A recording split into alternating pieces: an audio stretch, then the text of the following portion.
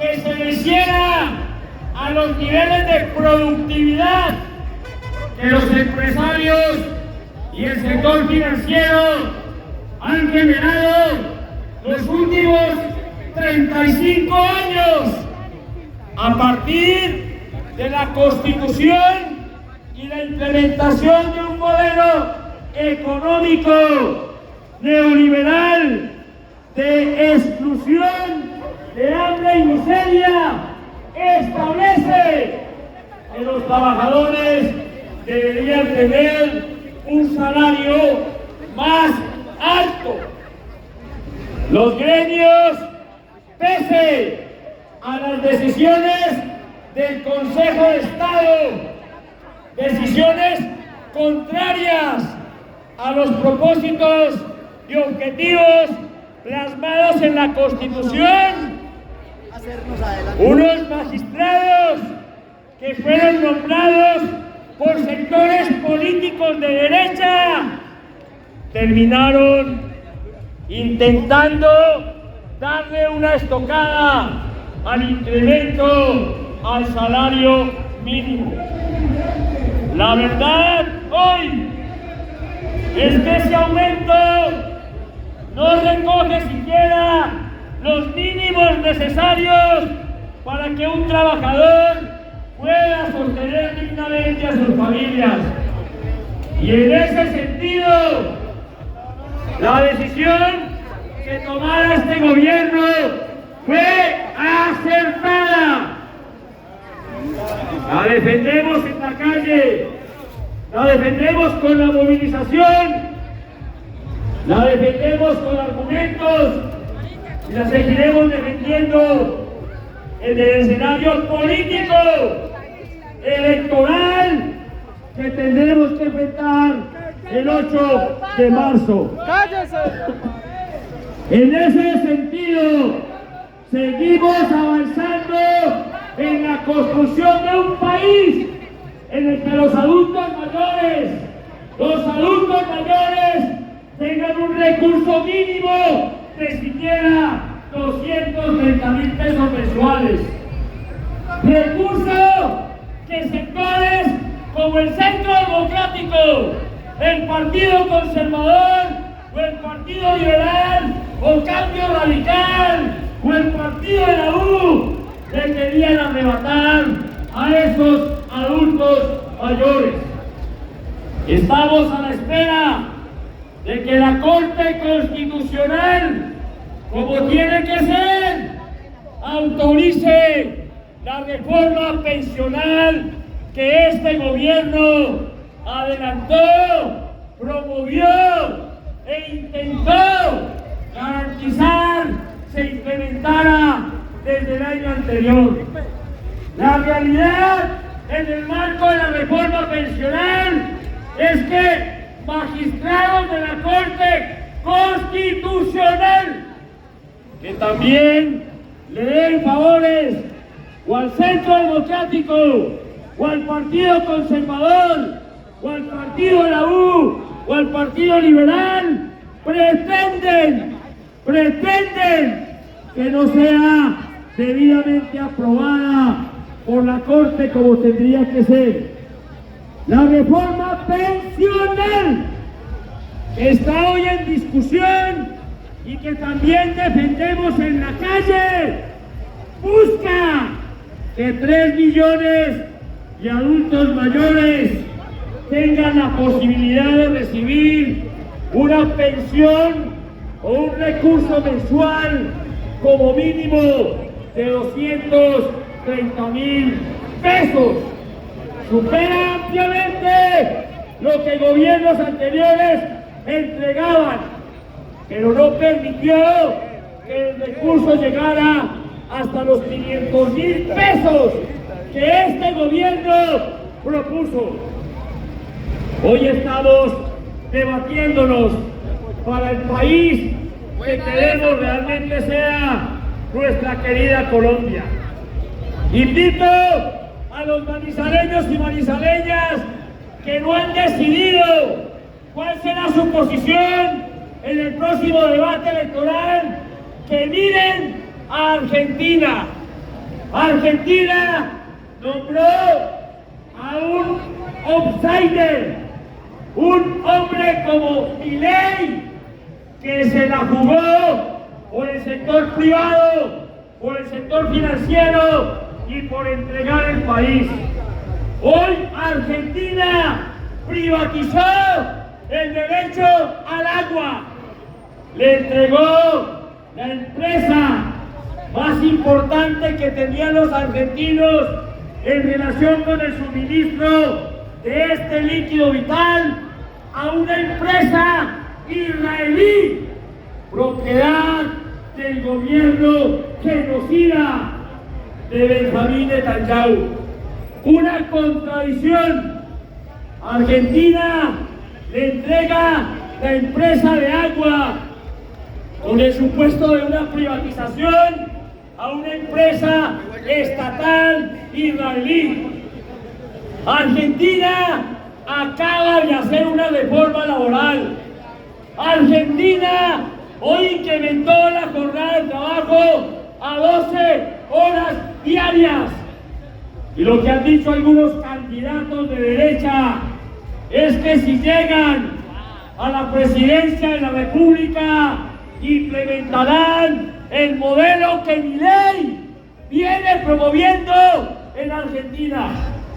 Por eso, esta movilización de trabajadores, de campesinos y adultos mayores, de madres cabeza de familia, de jóvenes, de diversidad sexual, tiene un propósito: invitar a los colombianos y colombianas a que nos ayuden a trabajar y a construir el país que merecemos, quienes hemos estado al frente de la lucha social durante décadas, pero que también merecen nuestros hijos y nuestros nietos.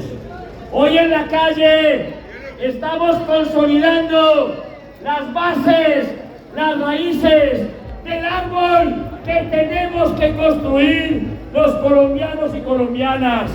Un país en el que la vivienda, la salud, la educación, el empleo, la pensión sean un derecho fundamental, como lo dice la Constitución, pero que se pueda aplicar y que los que lleguen a gobernar no terminen entregando el país a sectores privados.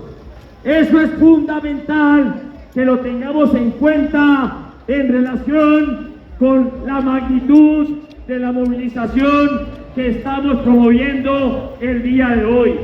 Aquí hay gente consciente que tiene claro qué es lo que hay que construir y qué es lo que hay que defender en el escenario político que vamos a enfrentar el 8 de marzo.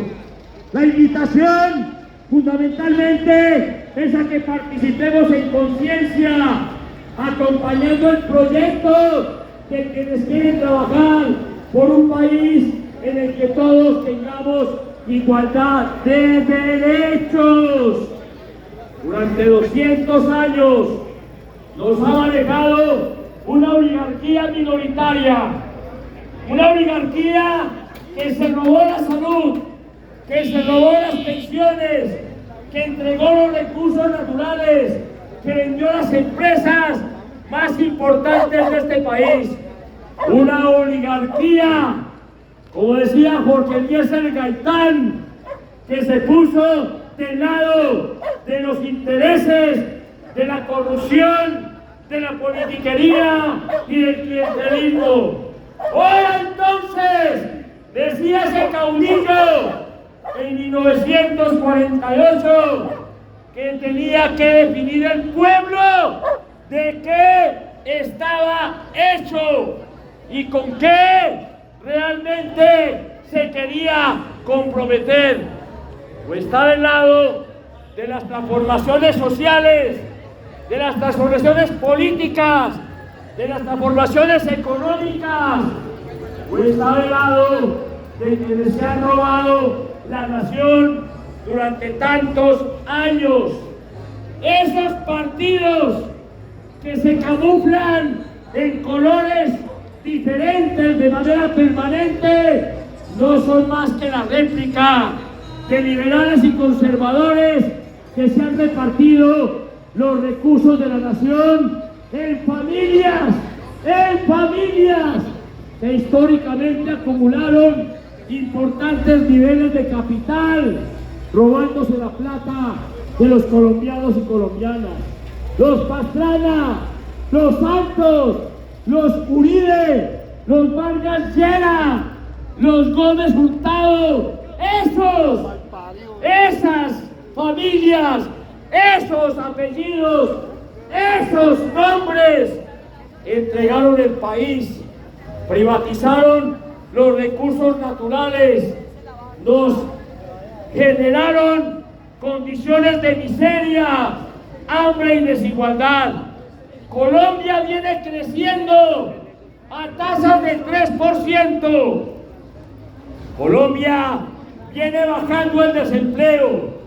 Colombia viene incrementando el valor del peso y viene golpeando el costo del dólar, lo que demuestra claramente que la economía se viene fortaleciendo. Este gobierno ha entregado más tierra que los últimos gobiernos en Colombia, los últimos 30 años. La producción de comida ha crecido a razón del 30% en los últimos 2 años. Este gobierno ha inaugurado más universidades que los gobiernos en los últimos 35 años. Y si bien a este gobierno le tocó enfrentar la situación de la salud, el debate y la circunstancia a la que nos estamos sometiendo hoy, obedece a que un Congreso de derecha no quiso aprobar las 5 reformas para el sector salud propuestas por este proyecto político. Ese Congreso de derecha tiene colapsado el sistema de salud. 70 billones de pesos se robaron las EPS, propiedad de los Vargas Llera, de los Pastrana, de los Uribe. Las EPS utilizaron la plata de la salud para generar riquezas para sectores particulares. Este gobierno intentó presentar 5 reformas, 5, que el Congreso de derecha terminó guardando por una razón. Muchos congresistas de esos sectores que han vendido el país, muchos de esos congresistas fueron elegidos con platas de las EPS. Las EPS se movieron en el Congreso para que las reformas no pasaran. Y ahí es importante evaluar la necesidad de que este 8 de marzo elijamos de manera responsable y de manera consciente. Podemos poner presidente, pero si no logramos llevar al Senado y a la Cámara congresistas que realmente se pongan del lado del pueblo, va a ser muy difícil cambiar y generar las transformaciones que el país necesita. Tenemos un congresista, un representante a la Cámara, un tal Octavio Cardona, que siendo del sector de La Cabaña, es alcalde de Manizales, votó en contra de la jurisdicción agraria que este gobierno propuso. ¿Qué buscaba la jurisdicción agraria? Dignificar el trabajo de millones de jornaleros que se desplazan en épocas de cosecha a las diferentes fincas en este país con el propósito de garantizar que esa comida, que ese café, que lo que se produce en el campo llegue a las mesas de las familias colombianas.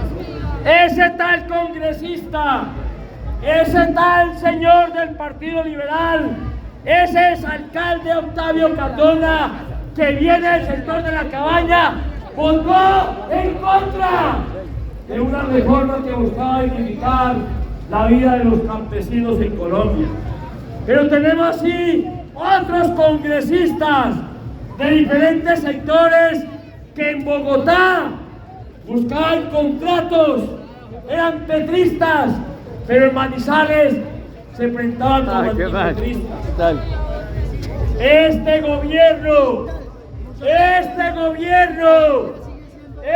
gobierno le cumplió al eje cafetero, puso los recursos para que el aeropuerto del café en Palestina pueda continuar su construcción. Este gobierno aperturó la facultad de inteligencia artificial en la Universidad de Caldas, la primera en América Latina. Lo hizo este gobierno. Este gobierno le pidió a José Eduardo Rojas que pusiera el terreno para implementar planes de vivienda en la ciudad de Manizales.